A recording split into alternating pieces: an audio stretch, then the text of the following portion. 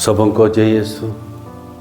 प्यारे भाई और बहनों, आज 1 जनवरी 2026 है और आज का दिन एक नए वर्ष की शुभारंभ हम लोग कर रहे हैं। इस नए वर्ष में सबसे पहले मैं आप सबको शुभकामनाएं देता हूं। ईश्वर आपको और आपके परिवार को और आपके साथ जुड़े सभी संबंधियों को, पड़ोसियों को और जो दोस्त हैं उन सबों को प्रभु बहुत आशीष दे। आने वाला वर्ष ये जो 2026 सभी के लिए सुख, समृद्धि, शांति और आनंद लेकर के आए। आज जो साल का पहला दिन है कलीसिया, इस दिन की शुरुआत माता मरियम के एक बहुत ही महत्वपूर्ण पर्व के साथ करती है और उसका नाम है मेरी मदर ऑफ गॉड, यानी कि माता मरियम ईश्वर की माता है। प्यारे भाई और बहनों, ये टाइटल नाम सुनते ही कभी कभी हमें ऐसा लगता है कि टाइटल बहुत गलत है, क्योंकि मरियम ईश्वर को कैसे पैदा कर सकती है। और ये सच बात है, ये सच बात है। कलीसिया इस बात को मानती है कि माता मरियम स्वयं एक सृष्टि थी और वो अन्ना और जोकीम की संतान थी। और पूर्वी कलीसिया प्रारंभ से ही इस चीज़ को मानती आती है कि माता मरियम को जो उसकी माँ के गर्भ से ही ईश्वर ने सुरक्षित रखा, पाप से बचा के रखा, पाप के कलंक से बचा के रखा और स्वयं पवित्र आत्मा ने ही उसे आकार दिया है। तो जो व्यक्ति जो स्वयं ईश्वर के द्वारा रचा गया है वो ईश्वर को भला कैसे पैदा कर सकता है। लेकिन ये जो पर्व है आज हमें इस बात को दिखाता है कि ईश्वर को उत्पन्न करने वाली माँ नहीं है, लेकिन माँ मरियम के द्वारा जो उत्पन्न उसका बेटा जो यीशु है, जो ख्रिस्त कहलाता है, वो ईश्वर है, वो ईश्वर है। और इस बात को सबसे पहले हम देखते हैं एलिजाबेथ ने सबसे पहले माता मरियम के गर्भ में यीशु को पहचाना और वो स्वयं कहती है, लूकस 1:43 में लिखा है, मुझे ये सौभाग्य कैसे प्राप्त हुआ कि मेरे प्रभु की माता मेरे पास आई।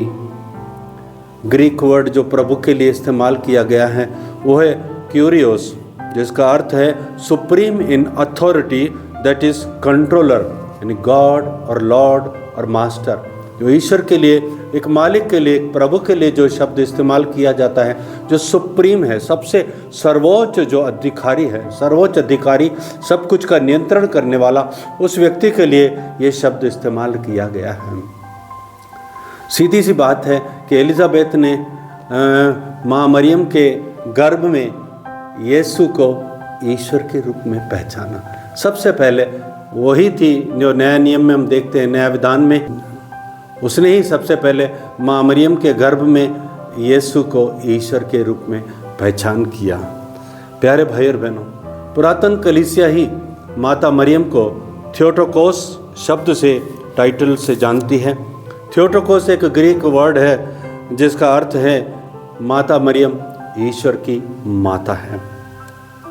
और जो कलीसिया का इतिहास है वहाँ लिखा है कि this title was a response to early threats to orthodoxy to preserve the authentic teaching of Christianity। प्रामाणिक शिक्षा जो है, मसीह शिक्षा को बनाए रखने के लिए कलीसिया को ये टाइटल माता मरियम को देना पड़ा।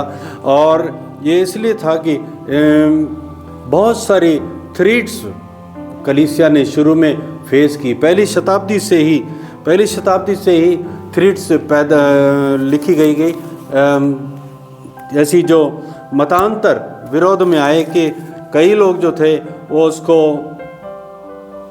यीशु को ईश्वर के रूप में नहीं मानते थे।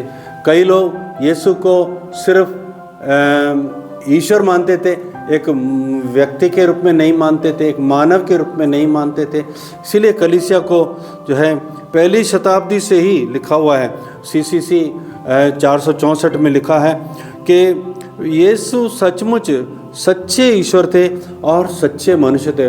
पूर्ण रूप से एक व्यक्ति जो पूर्ण रूप से ईश्वर था और पूर्ण रूप से मनुष्य था। पहली शताब्दी के दौरान कलीसिया ने मतांतर के विरुद्ध इस विश्वास में के सत्य की रखवाली करनी पड़ी और स्पष्टीकरण देना पड़ा जो इसको मिथ्या सिद्ध करते थे। प्यारे भाई और बहनों, पुरातन कलीसिया ने ही यानी पहली शताब्दी से ही कलीसिया को इस जो विश्वास की रखवाली करनी पड़ी कि यीशु सचमुच ईश्वर थे और इसीलिए जो मरियम थी वो ईश्वर की माता है, न केवल ख्रिस्त की माता है। कॉन्स्टेंटिनोपल के एक बिशप नोस्टिरियस ने कहा था कि मरियम केवल ख्रिस्त की माता है, लेकिन सन 431 में जो इफिसुस की महासभा थी उसने जोर देकर कहा कि वह ईश्वर की माता है, न केवल ख्रिस्त की बल्कि ईश्वर की माता है।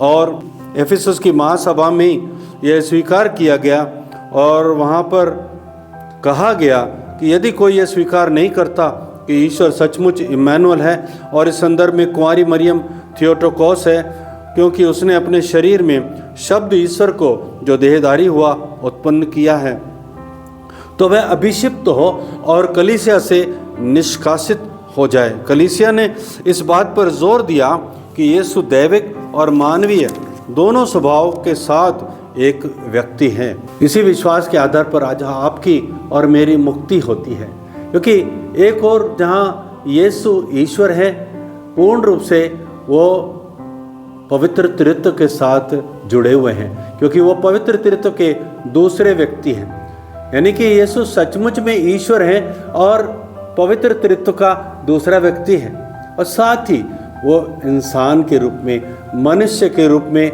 जब वो उनको यीशु नाम दिया गया, वो उस व्यक्ति को नाम दिया गया जो माँ मरियम की कोख से पैदा हुआ, और उस व्यक्ति के साथ हम लोग जुड़ सकते हैं।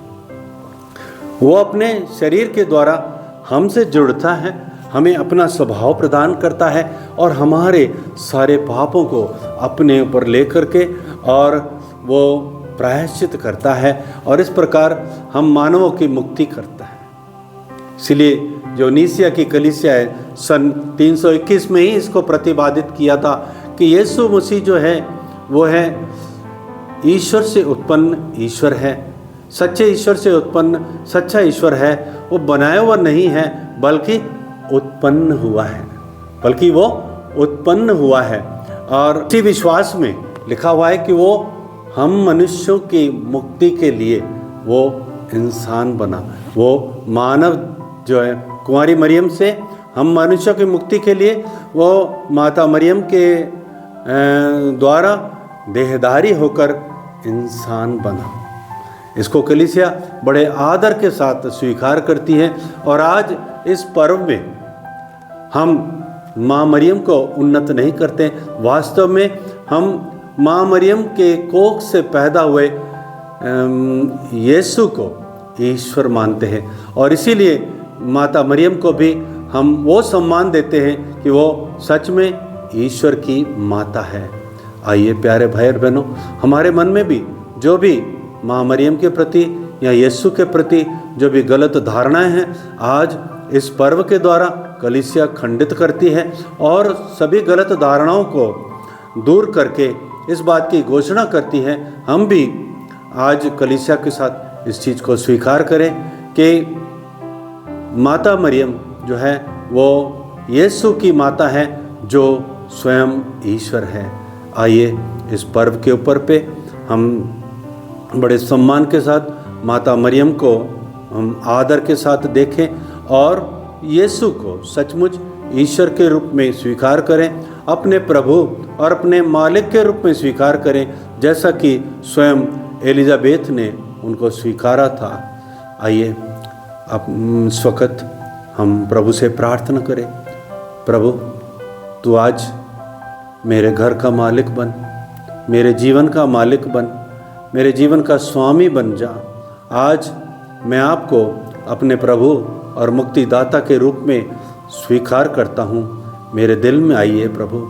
आपका वचन कहता है प्रकाशना 3:20 में, मैं द्वार पर खड़ा हुआ खटखटाता हूँ, जो कोई मेरी वाणी सुनकर द्वार खोलेगा मैं उसके अंदर आऊँगा और उसके साथ भोजन करूँगा।